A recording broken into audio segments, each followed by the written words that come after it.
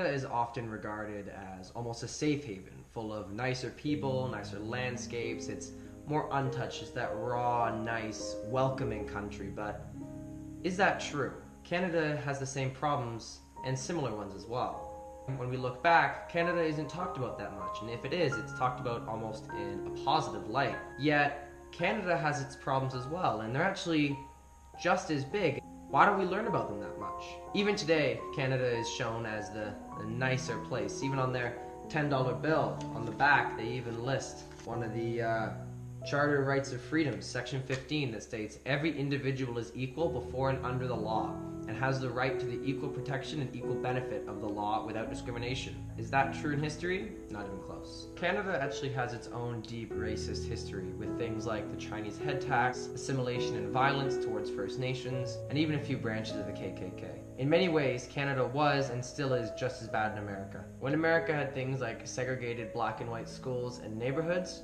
Canada is known for their residential schools.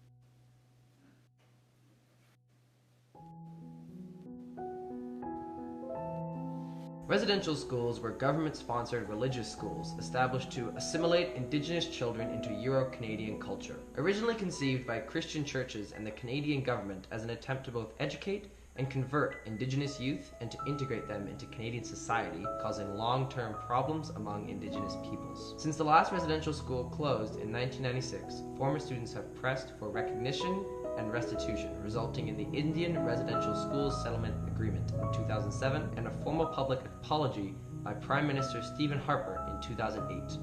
Mr. Speaker, I stand before you today to offer an apology to former students of Indian residential schools. In total, an estimated 150,000 First Nations, Inuit, and Métis children attended residential schools. 1996 wasn't that long ago, just a little over 20 years. That shows how recent these problems in Canada were. And that's not where the comparisons stop. Where America had anti-black propaganda and violent racism towards African Americans, and a deep history of that, Canada had anti-Asiatic laws and racism or mistreatment towards Chinese workers. The workers were brought in when Canada was building its famous railroad across from sea to sea that spans the whole width of Canada. It was built by Asiatic workers, mostly Chinese workers, and they were given unfair circumstances to work, unfair wages, they were working in unsafe conditions, even though when they started working they were promised the opposite of all those.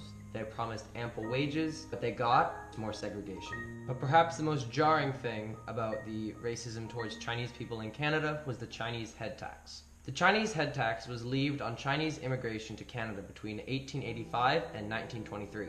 Under the Chinese Immigration Act, with few exceptions, Chinese people had to pay $50, later raised to $100, then $500 to come to Canada. This anti-Chinese legislation was the first in Canadian history to exclude immigration on the basis of ethnic origin. Even today, these things linger in Canada. Things like First Nations reserves still happen today. 49% of First Nations members live on remote reserves. So why are these such big misconceptions about Canada? Why are most of these things I've talked about today not well known? Well, there are a few reasons. One major one is that, while Canada is in no way immune to corrupt or racist politicians, especially on the historical side of things, we definitely have had some politicians, and particularly prime ministers, who have been good at keeping up appearances and, at the very least, making it seem like they really support social justice initiatives. A good example of this is both of the Trudeaus. Pierre Trudeau, before he even became prime minister, helped introduce the Criminal Law Amendment Act. Among other things, this decriminalized homosexuality and legalized contraception and abortion, although on very specific conditional terms. He later implemented the Canadian Charter of Rights and Freedoms, which laid out a lot of basic human rights, and is actually the source of the quote on the $10 bill about equality. However, Pierre Trudeau wasn't necessarily always socially just. At one point, he tried to get rid of the Department of Indian and Northern Affairs and wanted to sell some reserve land to private buyers. However, there was backlash against this from activists, and he dropped the whole thing. Pierre Trudeau's son, Justin Trudeau, is currently Prime Minister. And in the time that he's been Prime Minister, he has issued several public apologies. We are sorry for not apologizing sooner. For instance, he's apologized for residential schools. However, many people, including, interestingly enough, Pierre Trudeau, fault the method of government apology for historical events because it's honestly not really doing anything to support the hurt community and is doing more for government appearances than to actually further social justice. Another reason that people have these misconceptions is that they really just know more about American history, or their own history, than Canadian history.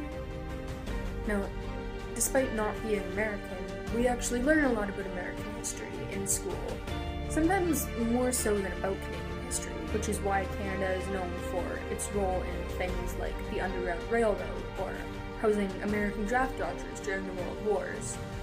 It's not that Canada didn't have its own problems at the time, it's just that the things that we hear about are how it compares to America. A third reason why people have these misconceptions is because Canada is just known for being polite, kind. This stereotype can lead people to believe that we don't have as many problems or that people aren't as likely to be racist. And it makes it a lot easier to ignore racism or other types of discrimination when they do happen. Today we have groups fighting to challenge these misconceptions and change what's going on. I'm here because I have been guided here by something that means more to us and more to me than anything in this world. To bring Canada's ugly past over the shiny place we all love and really show the struggle that this country has gone through and the people who had to stand up to try and change it. This is all to educate people so they realize, and even today, Canada isn't such a safe place after all. These people are fighting for knowledge across all peoples of all the world so they can understand Canada's issues.